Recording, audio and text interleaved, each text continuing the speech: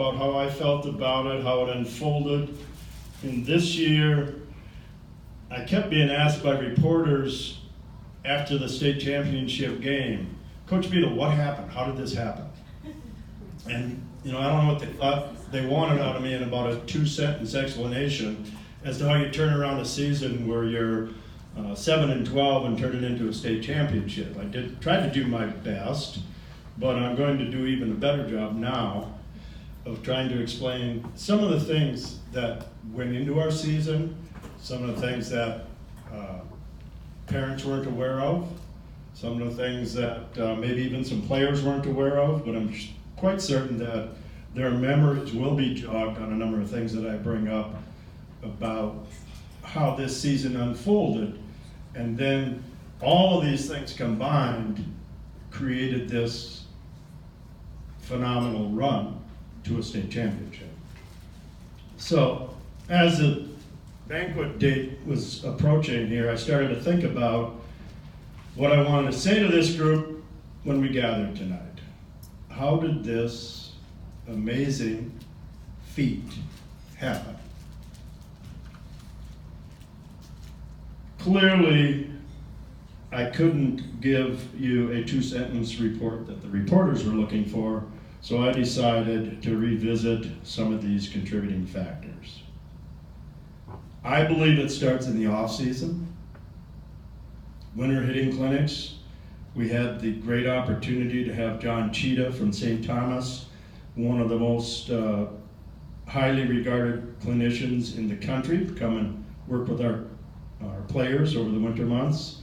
And then we added an extra month because she wasn't officially on our coaching staff.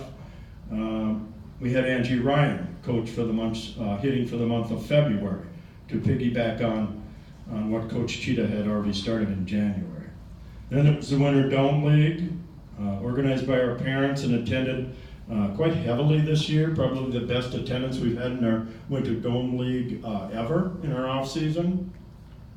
And for me personally, I picked up a book at one of our state coaches association meetings, where the president of the Coaches Association gifted me a book called Confessions of an Imperfect Coach by Kate Lavelle.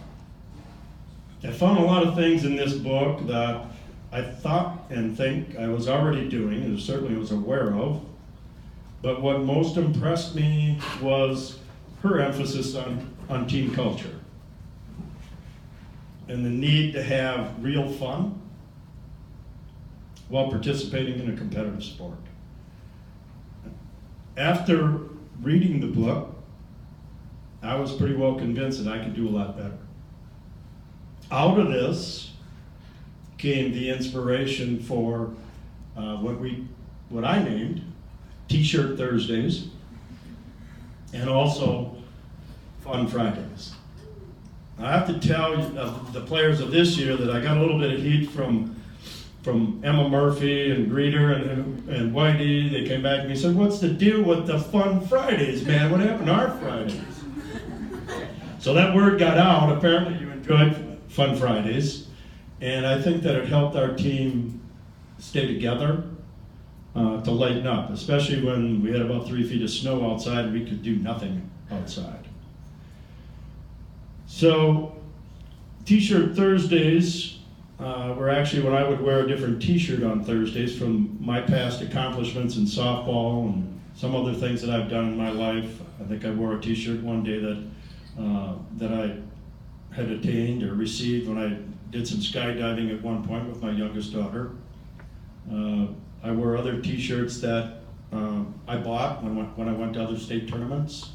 I wore T-shirts that I still have from when I coached 10 and under state championship teams, 12 and under state championship teams, 14 and under state championship teams, and 16 and under state championship teams. And each one of those teams, they were different. Not only were different ages, but they had different things that I could share with our team, and I think that helped us relate to one another quite well.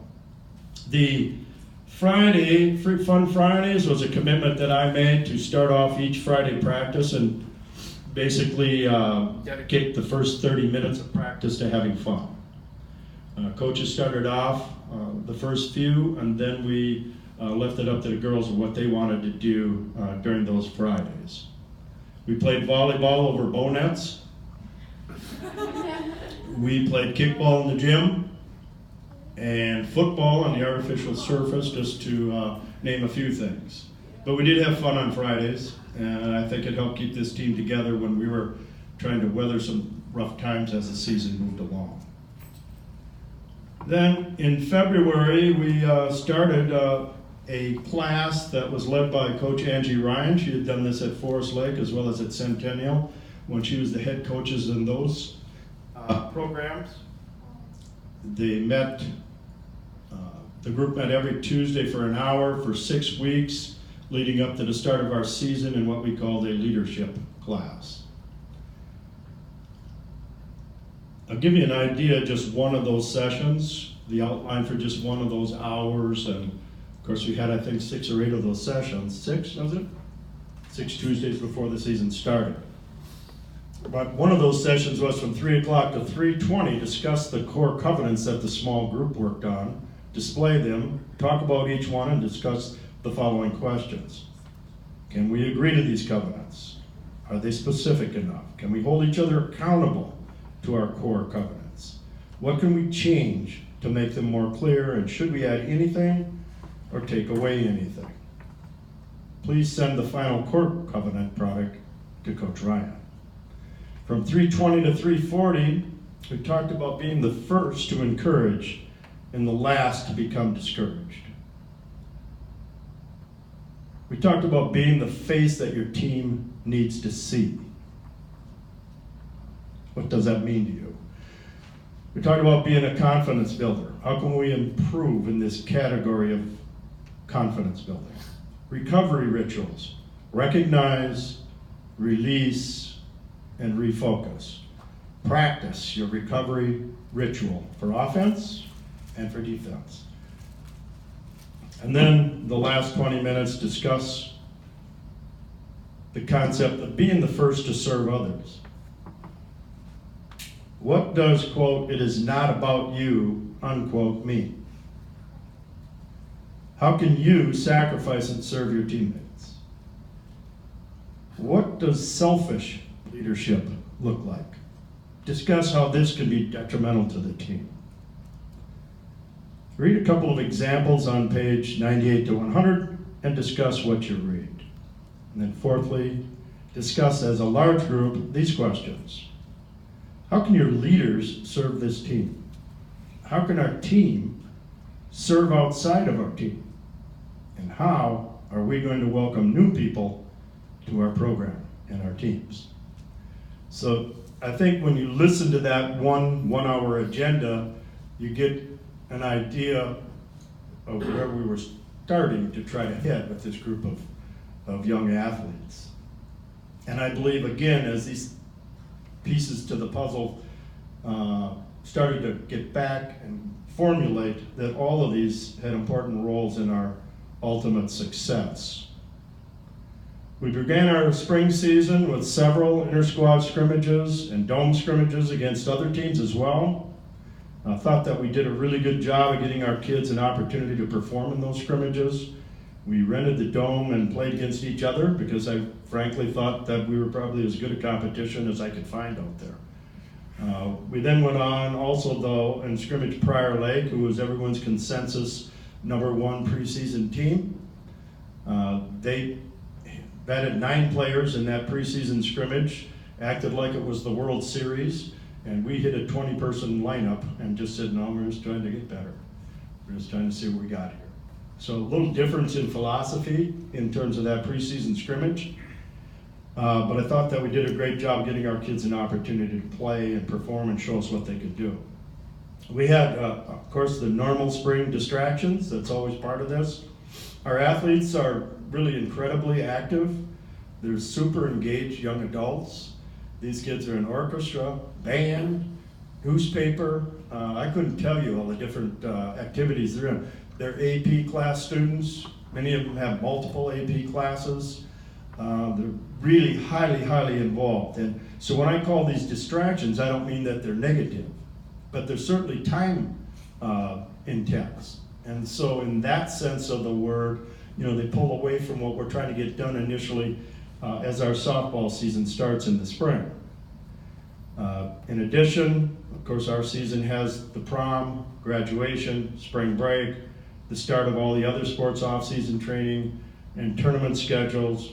I got driver's training, mission trips, 9th grade formal dance, field trips, and not to mention new boyfriends and peer group pressure. So lots of stuff going on in these young ladies' lives. But what happens also in the spring is, eventually spring break is behind us. Prom comes and goes. Driver's training ends. All spring performances are finalized. And then, from my point of view as a coach, we get this team back together and are much more able to concentrate on softball. Now, the one thing that I just think you have to recognize is that spring season is just a lot different than other sports seasons. And you have to learn to contend with that, and I think we do a good job of it. We had a new coach we had to get used to, Angie Ryan. Great addition to our staff. Angie brought with her such things as dynamic stretching, warm-up throwing sequences, and these were new concepts for some of these kids, and they weren't all initially accepted with open arms. But we did make a commitment to these. Ange happened to bring a little literature that proved that most collegiate athletic programs use the same thing. We went to our trainer and found out that most of our other sports use the same kind of dynamic stretching, and that it's scientifically backed and proven to be better than our old sit in a circle and talk stretching routine. So we gained strength, we gained prowess in getting loosened up. I think our injuries were less as a result of this embracement. I think even more importantly, we did the everydays, we did some drills, we learned some things from Coach Ryan that she brought to the table. Frankly, I embraced these additions. It was fun for me to sit back and watch someone else drill our kids and put them to work and to test them and not have to take the heat. That Beedle being too tough on me today. I was just watching, gang. I was kind of enjoying the whole thing. I thought when Ange added our everyday drills, I would hear things like, "Everyday, coach?" And Angie would go, "Yep, every day. That's why they call them every day." And those sorts of things sound, like small pieces of the puzzle. But when you start to put everything together and sequence it, good things start to happen. If you stay with it, you stick with it, and have confidence in your process, progress can be made. Every preseason, as it comes to a conclusion, we have our players meet individual with a couple members of our staff. And this year was myself, Coach Ryan, and Coach Hoffman? It works. That's close. It's better than Tashiana. The overriding impression that I got from virtually every player that we interviewed during those one-on-one sessions with the coaching staff was that they were having fun. They liked this group of girls that they were playing with. And that this year was different than the last year. They felt a chemistry and an attachment to one another. The younger players were feeling included. They loved the older softball players. They loved the seniors. They were bonding.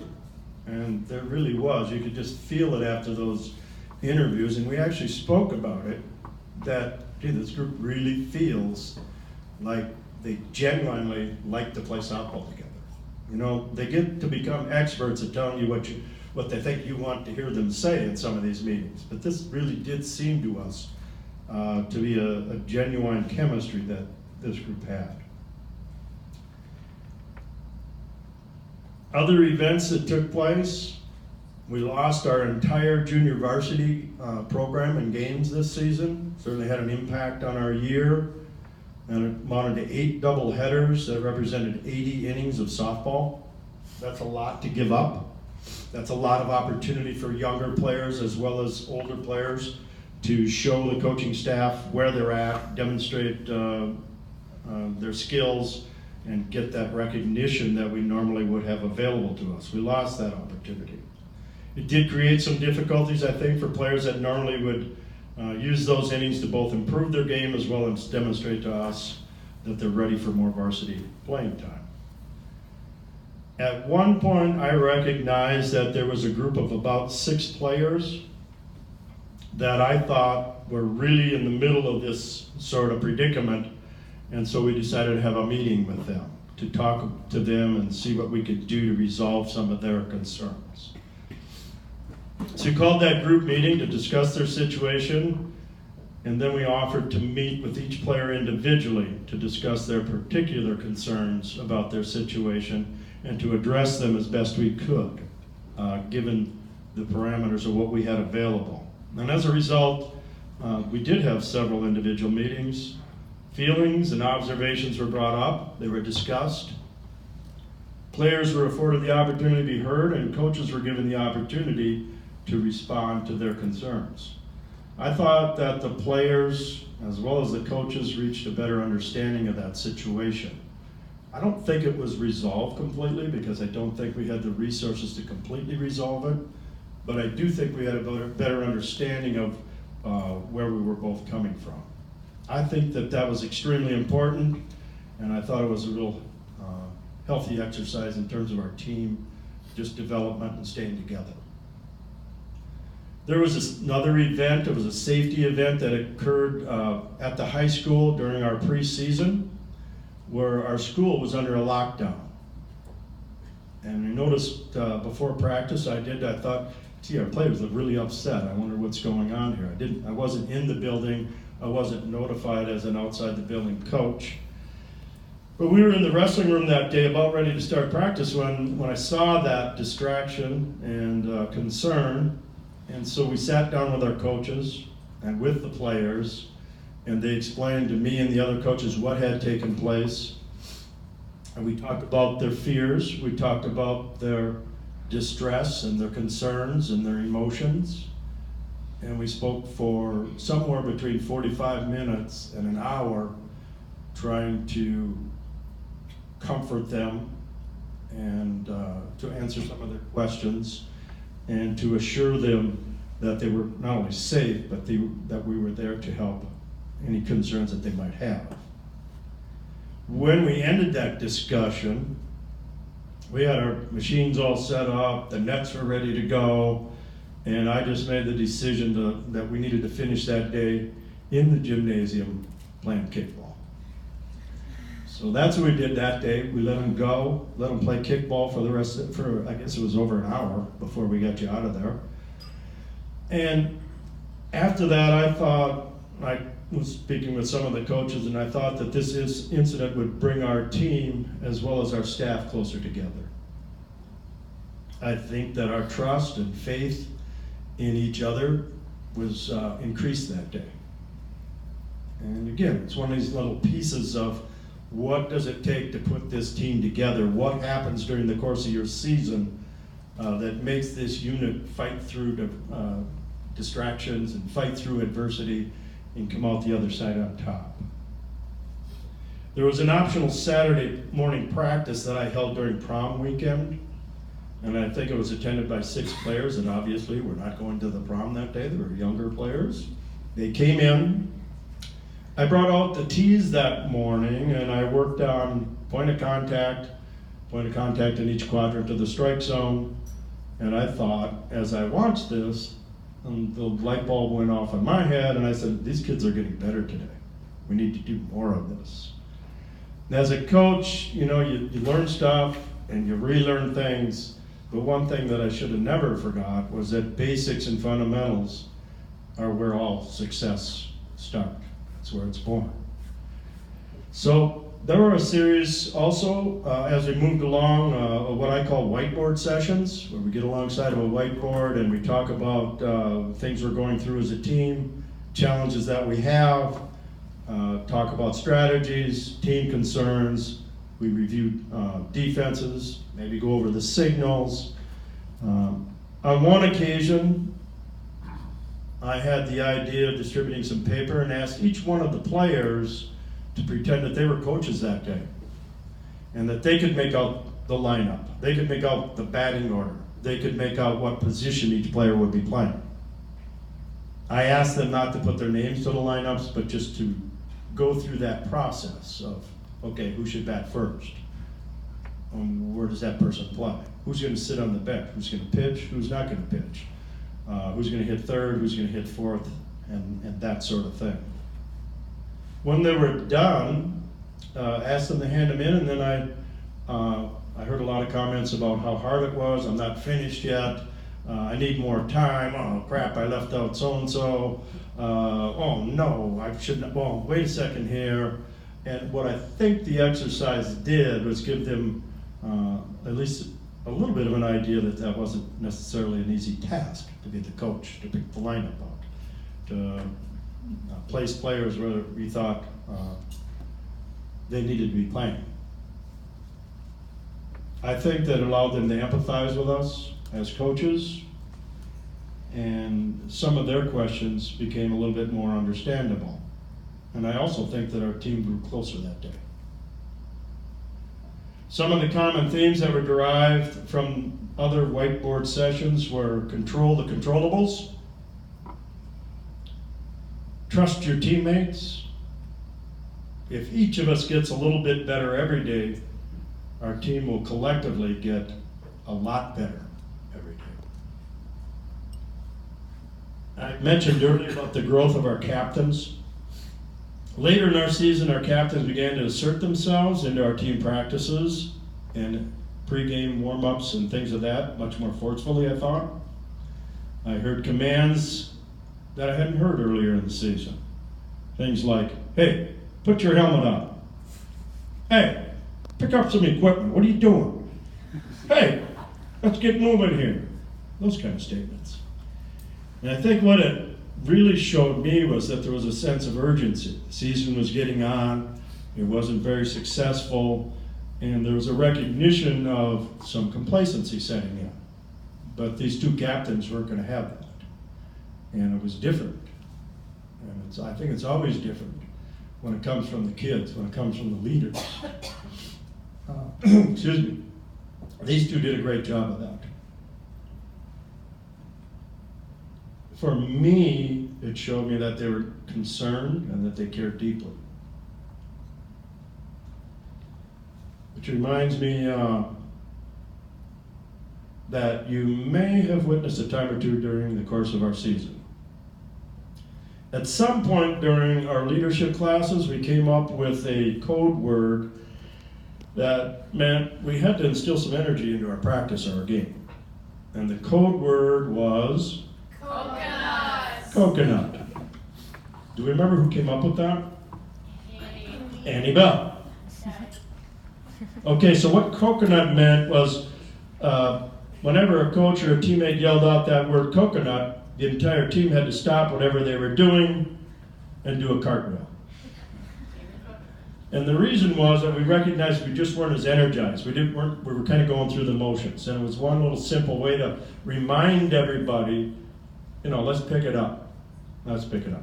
Later on, I added another word. I said, if you really aspire to go to the state tournament, if you aspire to be section champions, then you have to practice like champions. And so each time that I would see someone not practicing to the level that I thought they needed to be practicing to gain a championship in section or state play, I would simply look at them and say, state. And what that meant to them was, are we doing the necessary things to get to the state tournament? So a couple of code words sound relatively simple now, but I think especially the coconut trick It never failed us. I'm serious. It always instilled energy and always put some laughter back into our practices. So that was a great move. That was another little piece of the puzzle. And then as we began sections, I told our team, and I believed it, that I thought we were as talented as any team in the section. Before we played a game. I said if we play up to our potentials, there's no team in this section that we cannot beat. And I believe that. I also told them that I thought they had underperformed during the regular season. I'm thinking about Coach Beedle, he knows how to be candid. And I think they knew that. They knew it in their hearts, and they accepted that criticism. But we also told them that, we had a lot of young players that had to gain experience and had to mature.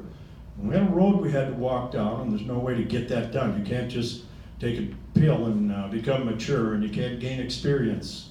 You have to live it, you have to experience it, and you have to endure it.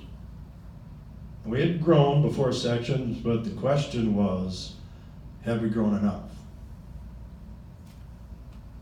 And we had our first section game, and we lost.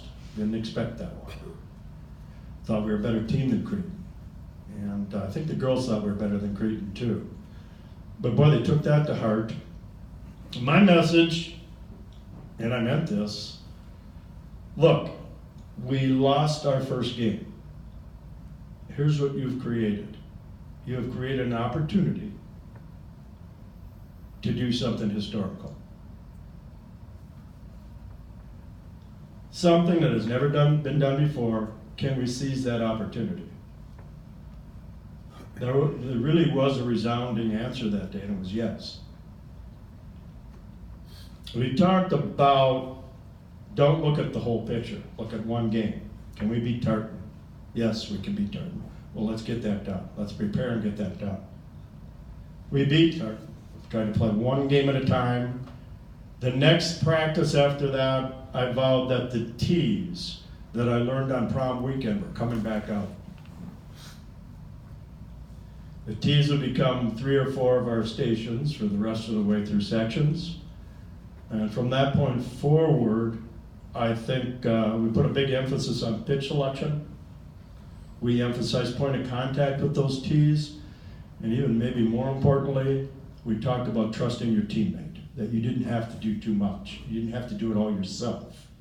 That you needed to trust the people behind you in the batting order. And then I think we made what was maybe our most significant coaching change and decision on the season. We decided that we were done having Tori Shute be walked all the time and not costing the other team anything. We decided to lead Tori off, follow her by Edie, another 400 hitter. And our thought was simply that, okay, you want to put Tori on, we'll take that. Now you get to face Edie. And if you put Edie on, Edie gets her normal 400 or 500 average hitting. Once every 2 times up, we're going to have runners on first and second. We inserted Liv Walsh in the 3rd spot. She was hitting terrifically then. We loved her hitting, but we also loved her bunting ability. We got 2 people on, and we moved runners over to 2nd and 3rd on a regular basis.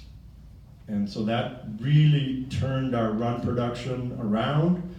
And then, of course, it didn't hurt that Tabukel and Benning got hot as a pistol, started banging the ball out of the park. Bell hit the ball, Wohlers hit the ball, and our 2 speedsters, Easy and Massey, created some havoc at the end of our lineup. So I do think that the switching in the lineup was also a piece of the puzzle and proved to be a really a good decision. We also at that time decided to stop the pregame music. And part of this was we just didn't seem to be focused. I don't mind the music, and in fact I enjoyed the music, but we were losing our focus in my mind. We took that away, and what was quite interesting to me as we moved towards, and we're winning game after game, headed towards that winner's bracket opportunity against North St. Paul. I believe it was the night before the North St. Paul game. I spoke with Andy Bell, and I said, you guys can put that music back on. I'm okay with the music. You can have it on the bus, we'll be loosened up. Not a big deal. And then I'm not sure which player I heard say, I believe it was Edie, but it may have been someone else. There's certainly plenty of candidates who would have made the same observation. They made a simple statement: nope, we don't need that. Which was interesting because it reinforced my understanding that indeed they were focused, indeed they had a real target on their mind, and that was North St. Paul. So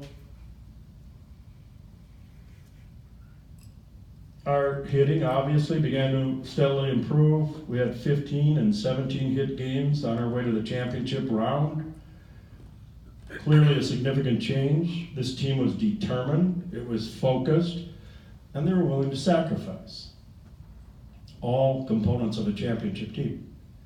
Right before sections, I had the opportunity, someone gifted me a book by Dr. Dwayne Dyer, and the book is called Wishes Fulfilled, Mastering the Art of Manifesting. And as I read that book, there was a part of it that helped me during section play, and that was the importance of eliminating any negative thoughts, any negative energy that came into my mind. Any negative thought, boom, get that out of there. We're thinking positive. Now you have to remember, we're going into sections where 7 and 12. There's a few negative thoughts that float in and out of your mind as to how you got there and what you're going to do with it. But it was real impactful on me. Winning one game just didn't seem as daunting as the thought of winning 2 games in the same night. So the point of emphasis at North St. Paul was, we're not playing 2 games tonight. We're playing 1 game. And we'll get done with that game, then we're going to play another game. It just seemed to me, when you said it that way, it didn't seem so daunting. Still had to win 2 games, but we were focused on the first game. And most of you around athletics know if you come out of that loser's bracket and win the first game, there's a high degree of percentages, it's over 70%, that you'll also win that second game. They put the other team on their heels, they start to question themselves, those negative thoughts get in their brains and not in yours, and that's exactly what took place. I also told our team, and I think most of them will remember this, we're the best team in this section. Don't let anyone take your championship away from you. Well, it seemed to work. Talented kids, focused, growing through a lot of the different things and pieces of the puzzle that I just talked about. And then we're on to the state tournament. We're now section champions with a lofty 13-13 record. But we're feeling big. We won 6 games in a row. To get out of sections, beat a team that was 22-1 or 2, whatever they were, didn't matter. We took them apart. I thought quite convincingly we were the best team in the sections. Our preparation for the first game against Forest Lake, we did revisit some fundamentals, bunting, running, some sliding, pitch selection discussion, and of course the tee work again. We do have excellent scouting reports and information, especially on the teams that we played twice in our conference. All of that was easily reviewed. I'll give you just a little bit of idea how some of that information works. This is just part of a scouting report that I have left over from Park. In fact, it was Katie Schmeek, and she's got circles on here. Takes the change up, trouble with change. Hits inside fastball. These are her notes. I love Kate. She did such a terrific job sitting next to me, working the stats and helping me figure out hitting and batting tendencies. But just for example, Delaney Young of Park in game 1 that we played him in the conference. Here's what we knew about Delaney. She flew out to right field on an inside fastball. She had a single on a changeup, but it was the 3rd changeup that I threw her in a row. She went down the 3rd baseline. She flew out to the 2nd baseman on an inside fastball. I threw her 8 changeups in that first game. She got 1 hit on them. In game 2, these are conference games now, this is my information.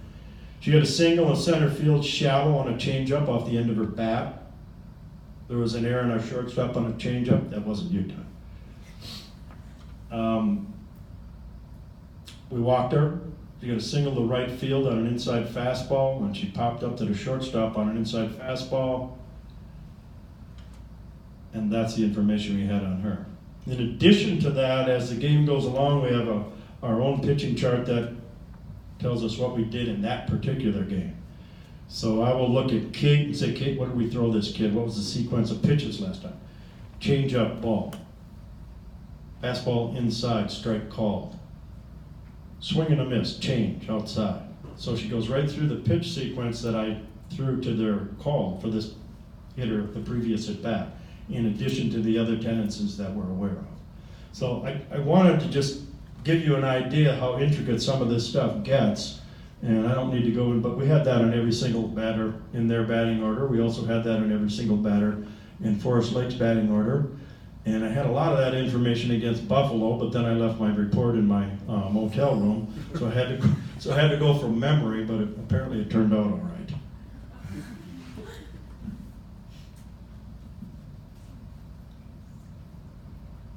I got off on a little tangent there.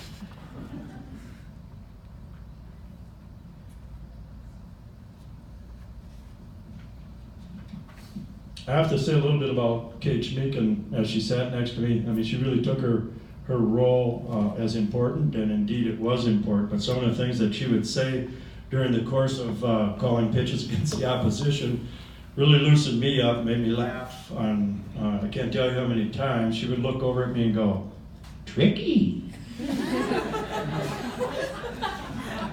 Other times she said things like, "Interesting."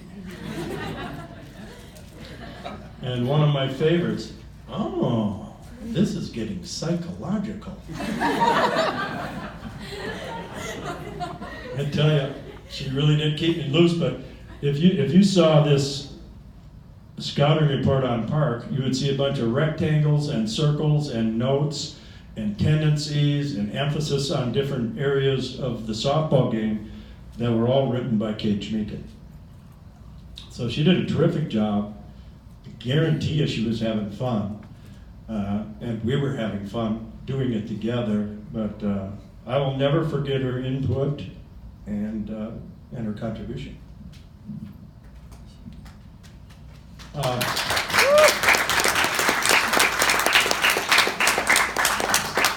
here's something about that Dr. Dyer's book that I'm going to confess a little bit.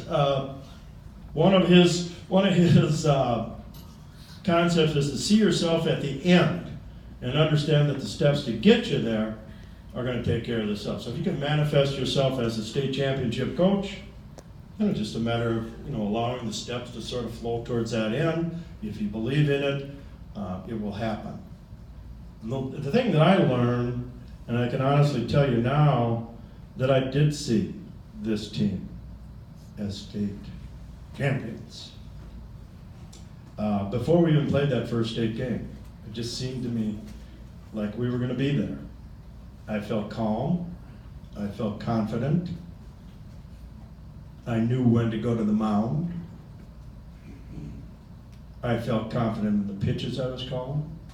I felt confident in my players. I felt confident in my coaching staff.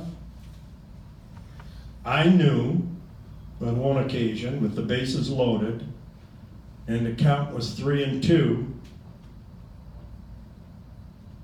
that I was going to call a changeup, and Benning was going to put it in the strike zone. And she did. I believed in this team. I trusted the players. I trusted our great team of coaches. And ultimately, I trusted myself. I don't think Buffalo or Park had a chance to beat this team. I think we're playing so well, and frankly too well, and that we just weren't going to be stopped. It's pretty amazing to witness. So what I would like to say is that I am so grateful to have been a part of this historic achievement. And what a great run of success.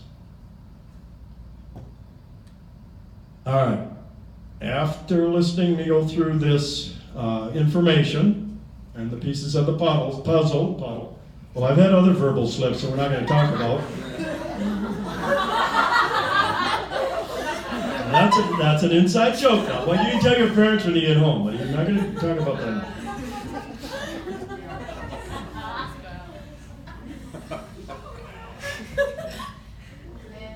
Okay, you know how I felt then when a reporter came up to me at the state tournament and said, "Hey, Coach, how did all this happen? What took place?" I didn't quite have a half hour, 45 minutes to go through what I just went through for you. There were other things that took place, but I have to tell you, I truly love this group. They're a great group of young women, and they've been a great joy for me to coach.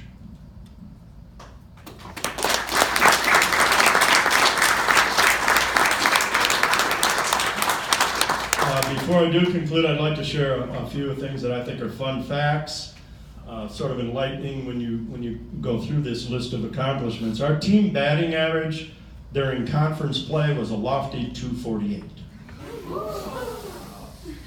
And you wonder why we couldn't get some of those runners that we left on base home, right?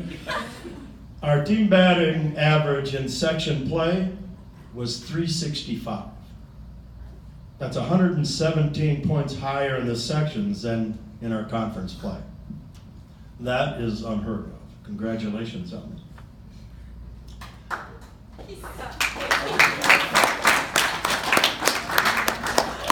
Our team hit 12 home runs in section play alone.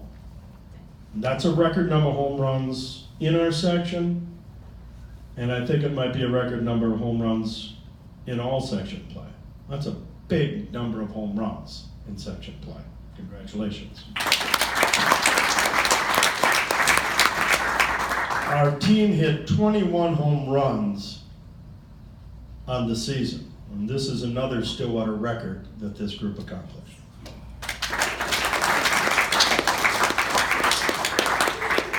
Our team had 3 players with 25 RBIs, which is the largest 3-player total in the history of Stillwater softball.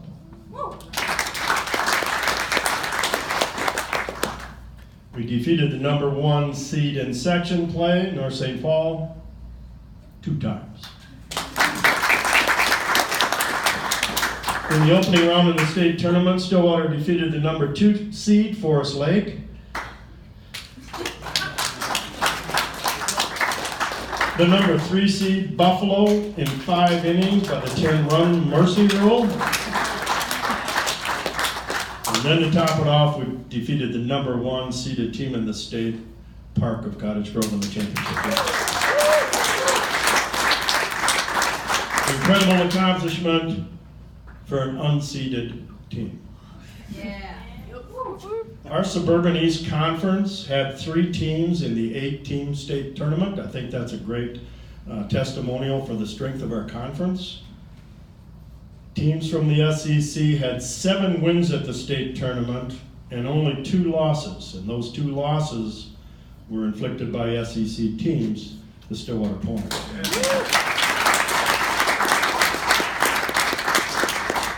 That means that we beat teams from all those other sections that came from all those other conferences, and from my point of view proves without question that the Suburban East Conference was by far the strongest conference in the state of Minnesota this season.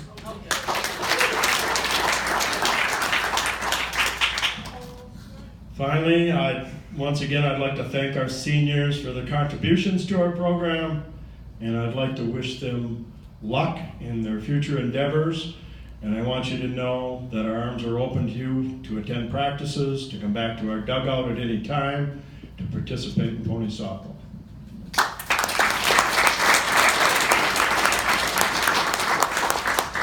It really was fun to see our alumni around our games in the end of the season, both at the section tournament as well as the state tournament.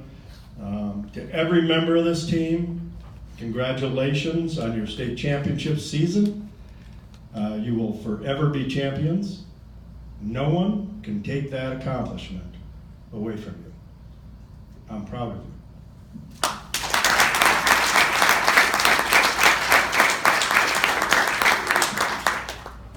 Also, I'd like to thank the parents for the opportunity to work with these fine young student athletes. They truly are an incredible group, and I'm looking forward to working with the ones that are returning again next season. And that, thank you for all of you for coming and for celebrating this great run and this historic event that these young ladies helped make us enjoy. Thank you.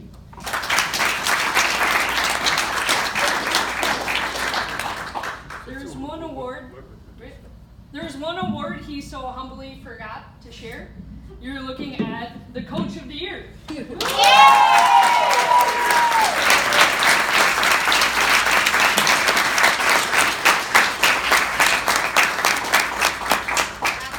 That's it. Thank you for coming. It's hard to allow to end, isn't it? You want to keep going on and on.